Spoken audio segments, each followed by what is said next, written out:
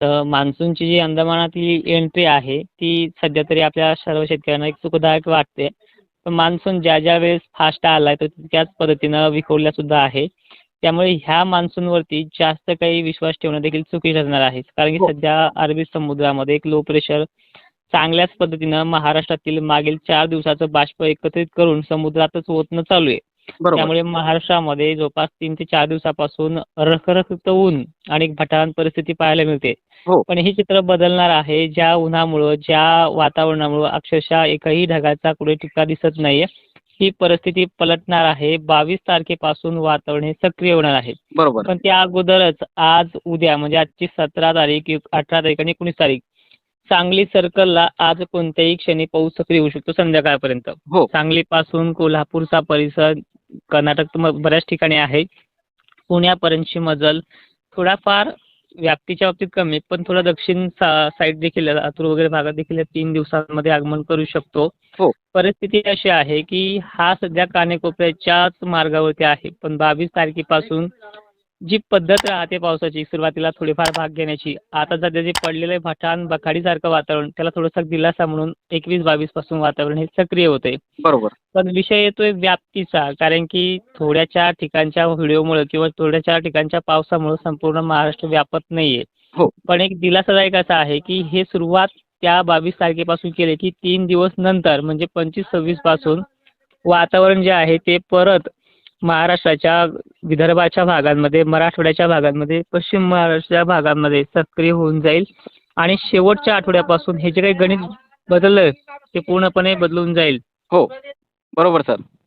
आणि सर आता बऱ्याच शेतकऱ्यांच्या माध्यमातून जे महाराष्ट्रातनी मान्सून कधी दाखल होणार तर ते विचारण्यात येत होता प्रश्न, तर त्याबद्दल काय सांगणार सर? नक्कीच. तो गुड क्वेशन मी मागे त्याचा रिप्लाय दिलाय, की महाराष्ट्रात मान्सून कधी येईल. मान्सून कोणत्याही क्षणी 5 जून, 6 जूनपर्यंत दाखल होईल. पण मान्सून आला की पाऊस आला असा विषय होत नाहीये. मान्सूनसोबत ह्युमिडिटी लॉस होणं, वारे जोरदार वाहणं आणि मान्सून स्थिरावायला कमीत कमी 2 आठवड्याचा वेळ लागणं. म्हणजे 15 आणि 16 तारखेपासून मराठवाड्यातल्या पेरणीयोग्य पोषक वातावरण तयार होऊन 22 पर्यंत मान्सून महाराष्ट्रामध्ये चांगल्या पद्धतीने पेरण्या करून टाकू शकतो. बरोबर. पण महाराष्ट्रामध्ये 4 विभाग आहेत. विदर्भ, मराठवाडा, पश्चिम महाराष्ट्र खानदेशाच्या विभागानुसार पेरण्या काही भागातल्या 50% तरी 20 तारखेपर्यंत आवरतील. पण शेवटच्या आठवड्यामध्ये जूनच्या सर्वदूर पेरण्या होण्याचा अंदाज आहे. काही ठिकाणी कमी ओलीवरती तर काही ठिकाणी चांगल्या ओलीवरती पेरण्या होऊ शकतात अशी पद्धत आहे. पण मान्सून गेल्या वर्षीचा जसा 2025ला होता मे महिन्यामध्ये, हो, सॉरी जून महिन्यामध्ये त्याच पद्धतीने तो राहणार आहे. बरोबर. मात्र सर यंदा आपल्याला भरपूर पाऊस पाहायला मिळेल का मग कमी पाऊस पाहायला मिळेल जून महिन्यात? गेल्या वर्षीच्या तुलनेमध्ये जून महिन्यामध्ये बरा आहे हो, आणि सरासरी मान्सूनची यावर्षी तर गेल्या वर्षी 10% कमी आहे, पण दुष्काळ नाहीये. बरोबर. ज्या धरण क्षेत्राच्या, नदी नाल्याच्या क्षेत्राची आपण आतुरतेने वाट पाहतोय, ते ह्यावर्षी सुद्धा चांगल्या पद्धतीने ओसंडून वाहू शकतात अशी परिस्थिती निर्माण झालेली आहे. हो, बरोबर सर. हं. मात्र सर त्यासमोर मग वाटचाल कशी राहणार? वाटचालीच्या बाबतीत सांगायचं झालं तर सध्या जे चालू आहे मान्सूनचं चक्र अंदमान पार करून केरळात अवघ्या 4-5 दिवसामध्ये पोहोचू शकतं. पण केरळच्या नंतर महाराष्ट्रात येण्या अगोदर त्याला अडथळेही नक्की निर्माण होतील. हो, बरोबर. हं. मात्र चक्रीवादळ काही राहणार का मग आपल्याला या पुढील काही कालावधीमध्ये पाहायला मिळेल का चक्रीवादळाचा पाऊस?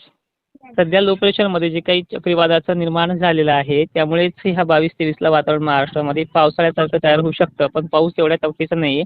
तशा बरोबर. कलरचे ढग, तशा कलरची मृग छाया, जे पिकांना थोडंसं टेम्परेचरपासून वाचवू शकतं अशा पद्धतीचं ऊन सावलीचा खेळ, पाण्याच्या स्रोतामुळे, कमी दाबाच्या क्षेत्रामुळे सरळ सरळ ढगांची व्याप्ती देखील वाढू शकते ह्या 21-22 पासून हो, आणि ते वातावरण वारे शांत झाल्यानंतर 25-26 पासून जोर वाढू शकतो. बरोबर सर. हं. मात्र सर आता 100% शेतकऱ्यांच्या अशा कमेंट येत आहे, की सर तुम्ही मागील वर्षी एक शब्द दिला होता शेतकऱ्यांना, की माझा अंदाज हे ठाम राहतात आणि बऱ्याचशा शेतकऱ्यांच्या माध्यमातून तेच आपल्याला कमेंट येत आहे, की सर तुम्ही जे काही अंदाज देत आहात ते एकदम ठामपणे देत आहात. म्हणजे तुम्ही जे सांगत आहात तेच तुम्ही आज जर तुम्ही सांगितलं, की 16 तारखेला मान्सून अंदमानात दाखल होणार, तर तुम्ही त्या तारखेला सुद्धा तेच सांगणार आणि दाखल सुद्धा झालेला आहे अंदमानातनी मान्सून. तर हे शेतकऱ्यांना आपल्याला बऱ्याचशा शेतकऱ्यांचे आपल्याला कमेंट फोन येत होते, की सरांचे जे अंदाज राहतात ते ठाम राहतात आणि आम्हाला खूप आवडतात. तर सर काय सांगणार तुम्ही शेतकऱ्यांना थोडक्यात? हे पहा निसर्गाचं क्षेत्र काही माझ्या हातामध्ये नाहीये. पण एक विनंती अशी आहे, की एखाद्या वेळेस मागे-पुढे झालं तर काळजी नसावी. बरोबर. एखादा 10 अंदाजातून एखादा अंदाज मागे-पुढे होऊ सुद्धा शकतो. त्याबद्दल गत्यंतर नाहीये. हो. बाकी एवढंच बोलेन. जय शिवराय. धन्यवाद.